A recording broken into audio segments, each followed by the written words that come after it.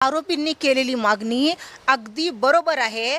कारण उज्ज्वल निकम जे आहेत, आज मी बघितलं ते अशा लवाजम्यासह थाटाबाटामध्ये आले होते जसे की ते वकील नसून कोणीतरी मंत्री, आमदार, खासदार आहेत. तर वकील असे असतात का? आणि त्यांच्यामुळे इतका कडक बंदोबस्त आमच्यासारख्या सामाजिक कार्यकर्त्याला, आम्ही जे समाजासाठी धडपड करायला इतक्या नांदेडून आले होते मी, आम्हाला जर एंट्री देत नसतील तर अशा अशा मोठ्या मोठ्या वकिलांना ठेवून काय काम होतं? दुसरी गोष्ट, ते जे आहेत निकम जे आहेत, दहशतवादी, अतिरेकी यांच्यासाठी लढणारे ते वकील आहेत. तर तुम्ही ते वकील लावून तुम्हाला काय दाखवायचं? म्हणजे तुम्ही तुमच्या समाजाचा स्टेटस दाखवता का? आमचा समाज एवढा मोठा आहे की आमच्यासारखे आम्हाला उज्ज्वल निकम वकील आहेत, तुम्हाला असं दाखवायचं आहे का एखाद्या समाजाला?